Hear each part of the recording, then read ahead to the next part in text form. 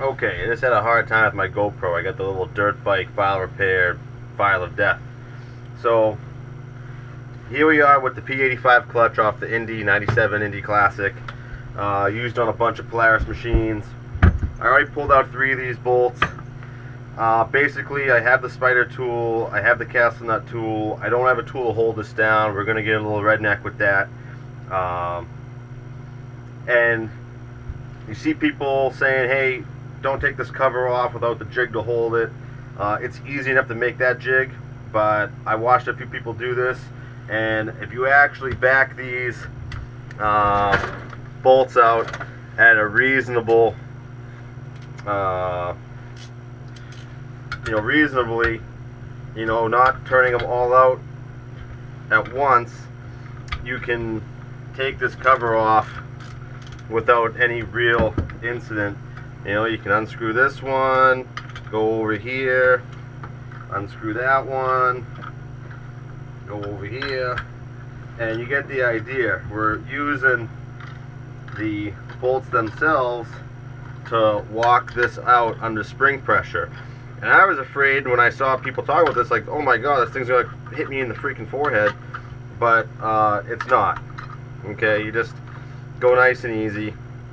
And I did this before with my impactor and a feather touch, but I didn't want you guys to flame me too much for saying, oh, you're using a power tool and you don't have any control. So I'm walking this off nice and easy. Now, what I was saying before my GoPro crapped out on me was I had this apart earlier, and this thing's cherry inside. This is definitely going to be worth working on. The rollers are good, the bushings are good,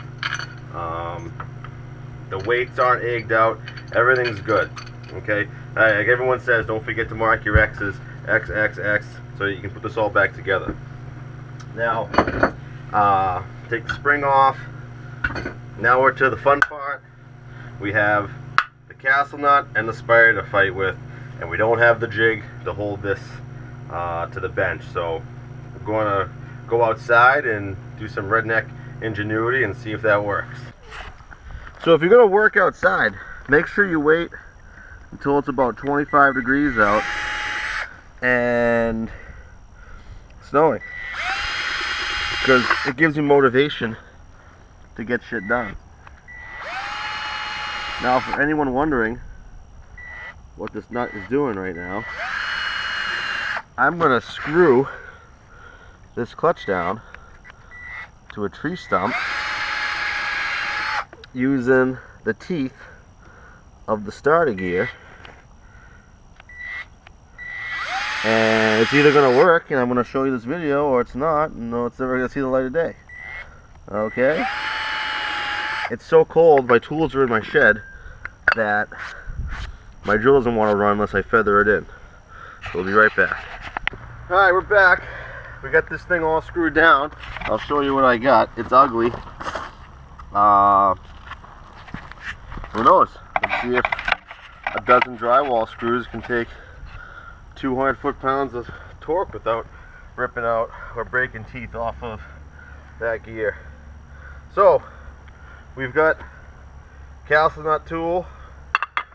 Got a deal on this from a friend who isn't going to use it anymore, and we got a spider tool, and we've got a crappy Husky breaker bar, and we've got our trusty rigid pipe wrench here. So 230 foot-pounds of torque on that lock nut and 200 on the spider. And everything I read online said a little heat is your friend, but not so much that you're heating that spider up and burning your bushings. Now my map gas ran out,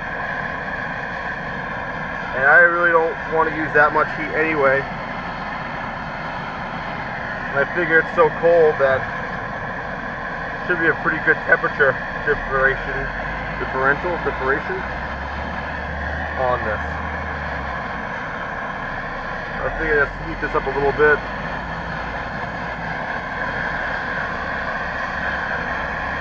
Maybe something magic will happen.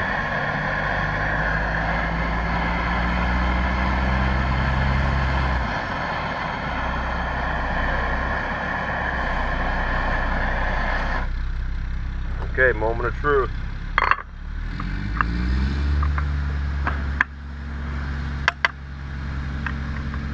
Moment of truth here. Oh, that's on there, son. Oh yeah.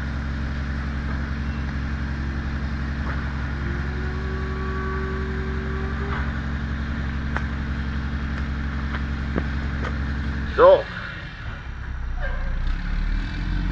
I have a feeling that breaker bar is going to live up to its name and break. So we're going with the rigid option. Oh, how about that? Oh yeah. Thing of beauty right there. Tree stump, P85 clutch holder. They said it couldn't be done. By the way, looking up these Indies, the belt to sheave clearance on a bunch of them that left the factory was screwed, and that's why I need to do this, because I've got a low-speed bog. It won't move out of its own way until you get it going, and that's quite annoying. So, second moment of truth. 3 minutes deep here.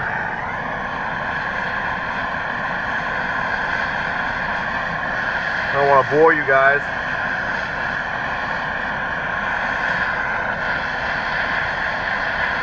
But I do need to get some heat in this.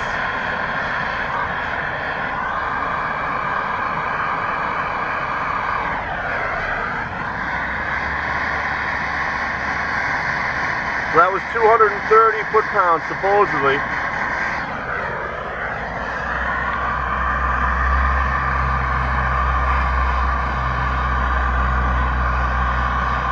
And this is 200, supposedly. So in theory, the rest of this should be a walk in the park. I can hear some pinging and zinging and dinging. That means we got some heat there. You can see that thing's smoking. I don't have a 3/4 breaker bar here. This is actually set up for 3/4. I have an adapter, but old rigid pipe wrench did such a beautiful job that I think we're just gonna, oh, there you go. There you go, people. That easy. So anyone telling you can't do this is full of shit, you know. And I know there's gonna be people, hey, he's using a tree stump and a wrench, and listen, sled was practically free.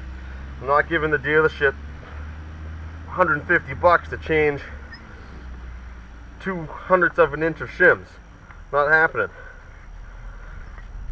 I'd rather play and show you guys how you can do stuff on the cheap. And I mean, you can make these tools.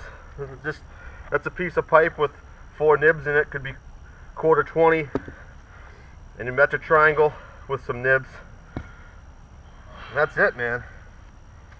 That thing came apart beautiful, and everyone says, you know, you gotta take this off in one piece so you don't lose your little bushings there and everything. But I'm stoked. We're getting snow. We're getting 4 to 6 inches here in Easton, Mass. Hopefully, I'll be plowing out tonight, and then hopefully we'll have a video tomorrow of this thing ripping and not bogging down. And we'll have done it with some used tools from a friend and a tree stump.